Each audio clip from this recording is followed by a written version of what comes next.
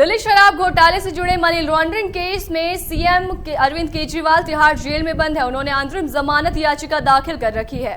ED ने इसके खिलाफ सुप्रीम कोर्ट में सुनवाई से एक दिन पहले हलफनामा दायर किया है। इसमें कहा है कि चुनाव प्रचार का अधिकार मौलिक, संवैधानिक या कानूनी अधिकार नहीं है।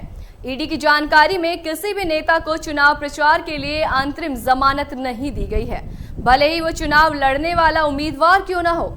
ईडी की उप निदेशक भानु प्रिया ने हलफनामा दायर करते हुए कहा है कि चुनाव प्रचार के आधार पर अंतरिम राहत नहीं दी जानी चाहिए।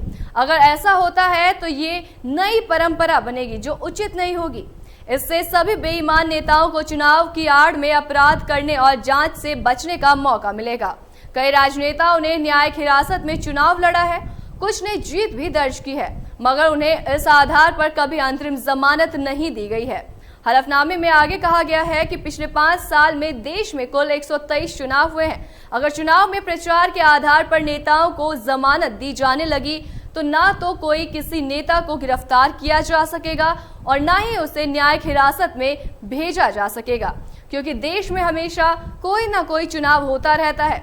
आम चुनाव के प्रचार के लिए अंतरिम जमानत देने में केजरीवाल के पक्ष में विशेष रियायत कानून के राज और समानता के लिए अभिशाप होगी। जांच एजेंसी ने यह भी कहा है कि अरविंद केजरीवाल या कोई अन्य राजनेता सामान्य नागरिक से अधिक विशेष दर्जे का दावा नहीं कर सकता।